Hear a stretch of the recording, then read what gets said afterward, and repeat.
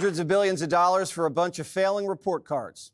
President Trump signing an EO that takes action to eliminate the Department of Education and bringing it back to where it belongs, the states. And hopefully she will be our last Secretary of Education, Linda McMahon. We're going to be returning education very simply back to the states where it belongs. And this is a very popular thing to do, but much more importantly, it's a common sense thing to do. Teachers, to me, are among the most important people in this country. And we're going to take care of our teachers. And I don't care if they're in the union or not in the union, that doesn't matter. But we're going to take care of our teachers. And I believe the states will take actually better care of them than they are taken care of right now. But don't let President Trump alone convince you that the education department's useless. Teachers union boss Randy Weingartner accidentally just did it for him. The federal education role is limited. There's no, except for, the Department of Defense schools, which are not run from the Department of Education, or the Bureau of Indian Affairs schools that are not run by the Department of Education. It doesn't control any schools. In fact, it's the states that control schools. So if President Trump doesn't like what's happening in education, it's the states and local school boards that do it. And it's not just the education department that's getting neutered. President Trump is also cracking down on woke universities. Columbia has until Friday to ban masks and clamp down on anti-Israeli protests on campus. $400 million in federal funds hangs in the balance. And the administration's pausing $175 million in federal funding to the University of Pennsylvania over its transgender athlete policies, forcing women to compete with men in sports. I mean, Greg, Republicans have been talking about eliminating the DOE for decades. Trump finally did it. What took so long? I love the way he did it. Finally, you can have kids around a president, not worry about getting eaten or sniffed. I thought it was a nice touch. How fitting that getting rid of the Department of Education is a no-brainer.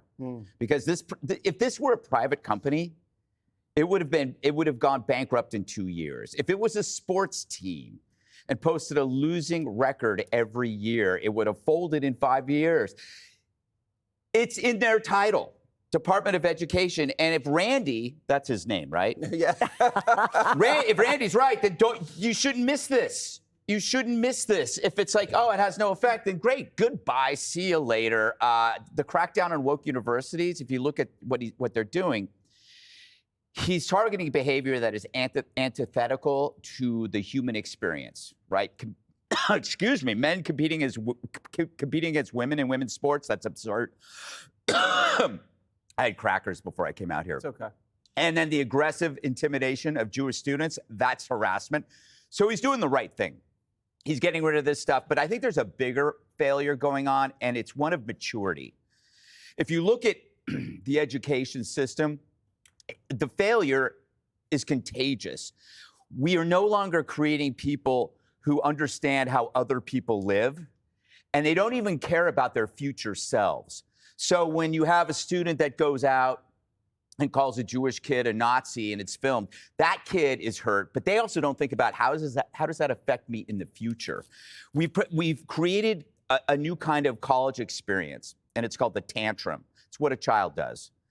Instead, you're supposed to be kind of enabling or amplifying the maturation process so that they can understand that there are other people in the world and that you should respect, their private property or their space.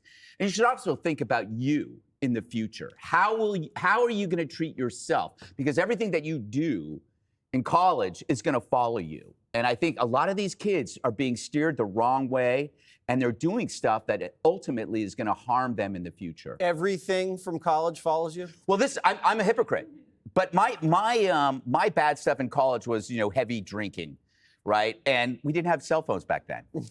Thank God. You would have been doged years ago. Oh my God, I wouldn't be here.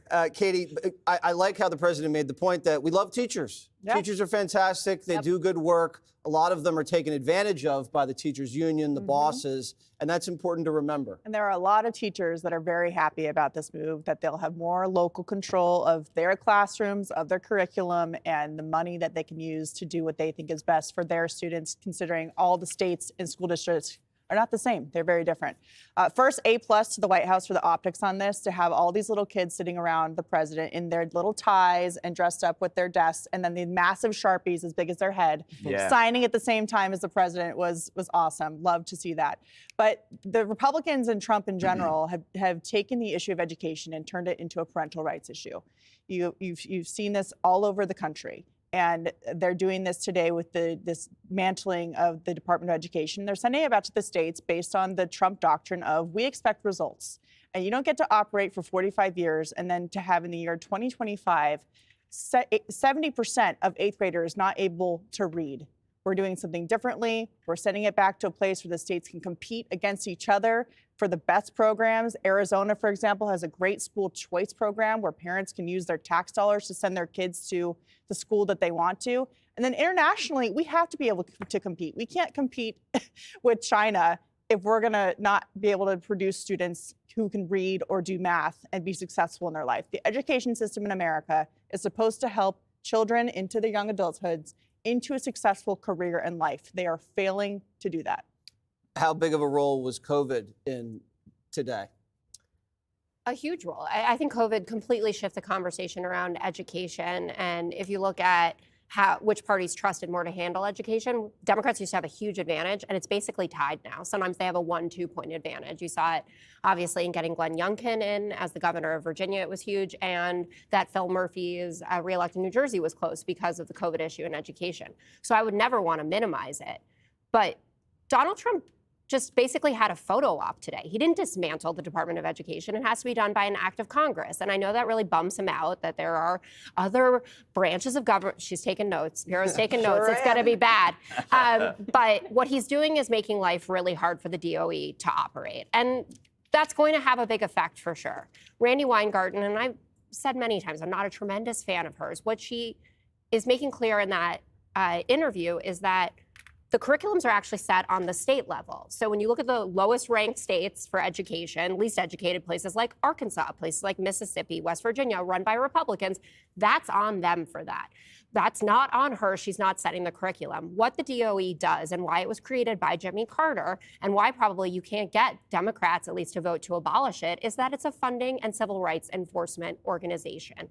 And when I hear Republicans out there talking about their plan for education in America, I don't hear them talking about making sure disabled kids have access to a public education. I don't hear them talking about impoverished. Because we're against it. I know you are. Thank you for admitting it on such a public forum. They want to end up privatizing it. They want a voucher system, which means that kids who can't get to those schools, don't have enough money to, or frankly want to go to public schools, won't have access. And they also have all of these religious kooks, like the superintendent of Oklahoma who wants to spend millions of dollars on Bibles for the schools, Trump Bibles, because it's all a grift. They want to make it private. They want to make them religious institutions. And that goes against what you're supposed to do in America. So does it need reform? Does it need to be made better? 100%. But come on. All the Democrat politicians, Let me tell you send something. their You tell kids me. to private I am schools. going to tell you. All right, Number one, I'm ready. Number one, we are one nation under God, and don't make a joke about that. Do you think there should be Trump Bibles in public schools? Number two is the issue that the Department of Education has wasted $100 billion a year. So cut the crap. You yourself admit they don't do any education. Now, you say that Trump is not dismantling. He's already dismantled with DOGE. And let me make one thing also clear. Department of Education was created by an executive order by Jimmy Carter as a payback to the unions. Subsequently, Congress came in and created it, and we're going to end it the same way with an executive order dismantling it, subsequently finished by a decision by Congress. Now, let's be real clear. All of these issues, as it relates to Pell Grants, special needs, all that stuff is being moved to different departments within Washington. They are not being eliminated, and don't make it sound like these kids are being forgotten, because they're not. But if you want to talk about no child left behind, if that's what the Democrat liberals believe in, that screwed us up, screwed our kids more more than anything, because No Kid Left Behind made sure that every kid passed. And now we've got kids who can't even read at 8th grade level because they were passed. We have a 19-year-old who graduated with honors who can't read proficiently. All of this Democrat nonsense labelism is for the birds. And let me tell you one more thing. The Constitution does not guarantee an education. It is not a federal right. It is not a federal issue. It is something that, under the 10th Amendment to the Constitution, is left to the states. The state constitutions have provisions where you have a right to education.